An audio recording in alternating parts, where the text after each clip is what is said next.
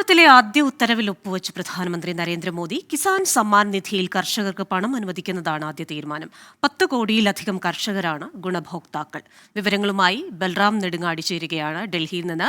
ബൽറാം, കഴിഞ്ഞ തവണത്തെ ആ ഭൂരിപക്ഷം സീറ്റുകൾ ഇതൊന്നും കിട്ടാത്തതിന്റെ പ്രധാന കാരണം പല ഘട്ടങ്ങളിലായി കഴിഞ്ഞ 10 വർഷം സബ്സിഡി നിർത്തിവെക്കുന്നു, കർഷകരുടെ രോഷത്തിനിരയാകുന്നു, ഉത്തർപ്രദേശിലടക്കം കർഷകർ വലിയ നിരാശയിലാണ് എന്ന കാര്യങ്ങൾ. ഇത് കണക്കിലാക്കിയാണോ ഈ ആദ്യ നയം തന്നെ കർഷകർക്ക് അനുകൂലമായി എടുക്കാൻ നരേന്ദ്രമോദിയെ പ്രേരിപ്പിച്ചിരിക്കുന്നത്?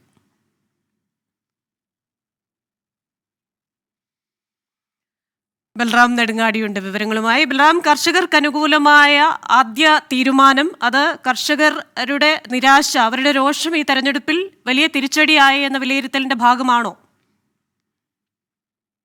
ക്രിസ്റ്റീന, അല്പസമയം മുമ്പാണ് പ്രധാനമന്ത്രി നരേന്ദ്രമോദി തന്റെ ഓഫീസിലെത്തിയത്. സൗത്ത് ബ്ലോക്കിലെ തന്റെ ഓഫീസിൽ എത്തി ഈ ഔപചാരികമായി ചുമതല ഏറ്റെടുത്തത്.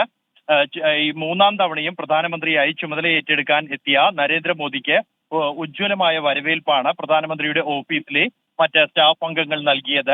വരാന്തയുടെ ഇരുവശത്തുമായി, ഇടനാഴിയുടെ ഇരുവശത്തും നിന്ന് അദ്ദേഹത്തെ കൈയടിച്ച് അദ്ദേഹത്തെ ഓഫീസിലേക്ക് ആനയിക്കുകയായിരുന്നു അദ്ദേഹത്തിലെ ഓഫീസിലെ ജീവനക്കാർ. ചുമതലയേറ്റ ഉടൻ തന്നെ ആദ്യം ഒപ്പുവെച്ചത് കിസാൻ നിധിയുമായി ബന്ധപ്പെട്ട പദ്ധതിയുടെ ഫയലാണ്. കർഷകർക്ക് ഡൽഹിയിൽ നിന്ന് വിശദാംശങ്ങൾ നൽകിയത് ബൽറാം നെടുങ്ങാടിയാണ്.